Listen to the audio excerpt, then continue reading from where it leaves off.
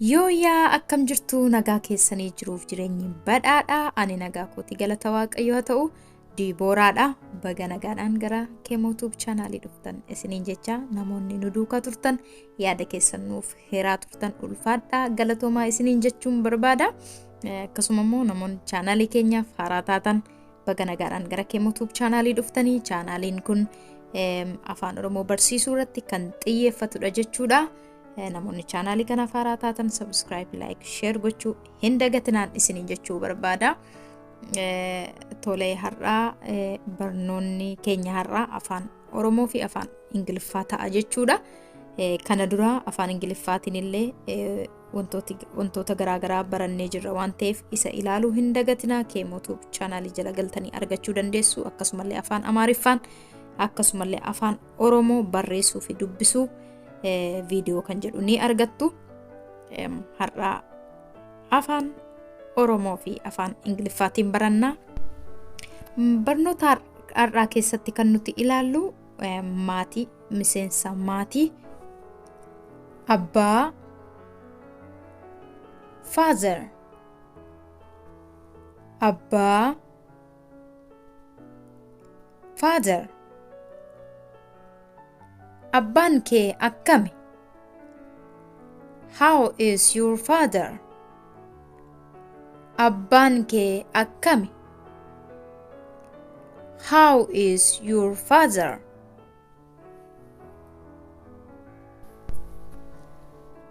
Haadha, mother, haadha, mother.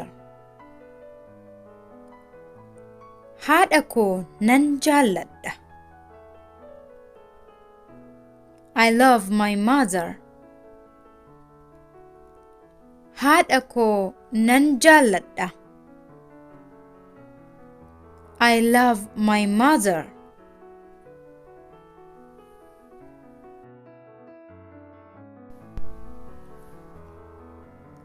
Obboleessa, brother. Obboleessa, brother. Ani obboleessa tokkon qaba. I have one brother. Ani obboleessa tokkon qaba. I have one brother.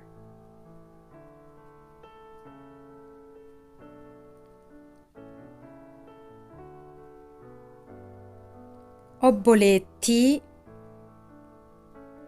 sister. Obboleettii, sister. Obboleettiin koo dhufaa jirti. My sister is coming. Obboleettiin koo dhufaa jirti. My sister is coming.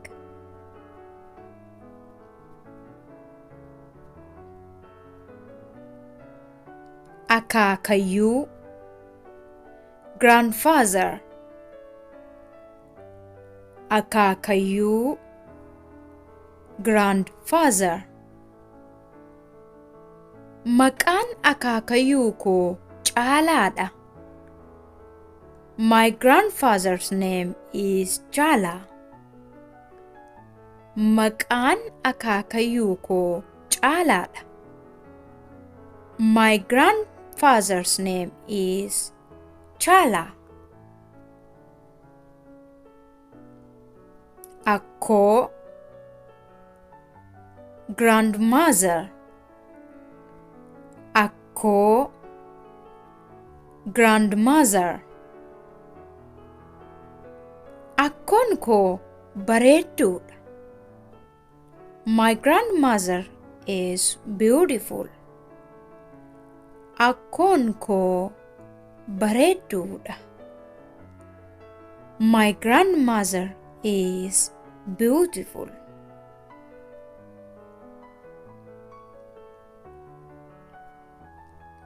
Eessuma, uncle,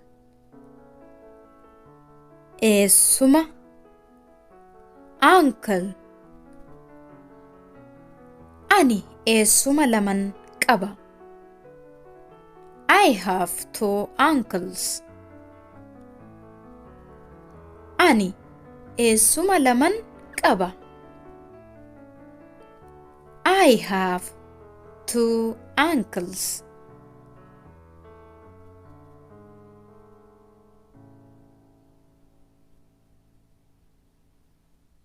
adaadaa aunt adaadaa aunt adaadaa qabdaa do you have an aunt adaadaa qabdaa do you have an aunt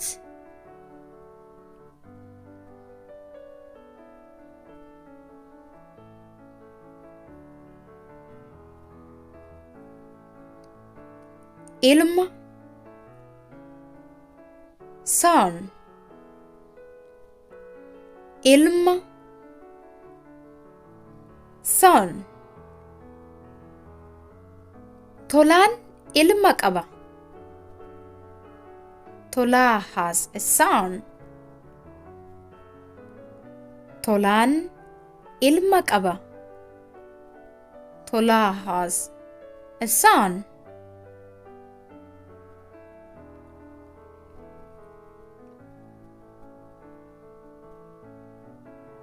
intala daughter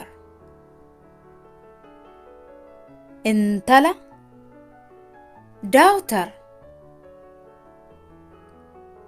maqaan intala koo kakuudha my daughter's name is kaku maqaan intala koo kakuudha my daughter's name is Kaku.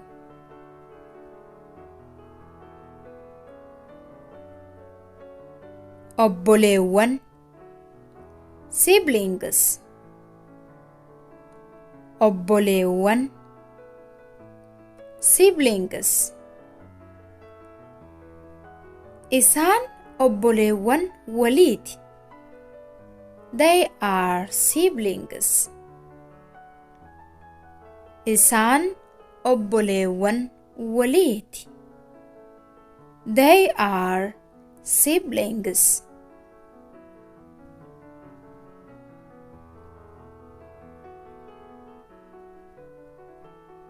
angafa elder angafa elder boonaan obboleessa koo angafaati Bona is my older brother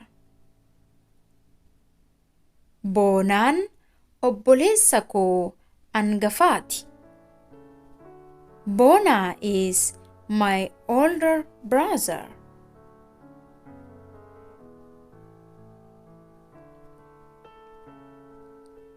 quxisuu younger quxisuu younger kiyyaan obboleettii quxisuu qaba Kiyya has a younger sister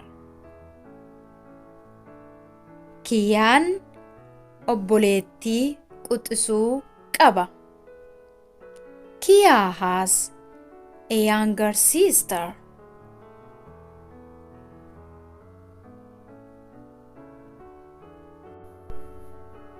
haadha mother abbaa father akaakayyuu grandfather akkoo grandmother obboleessa brother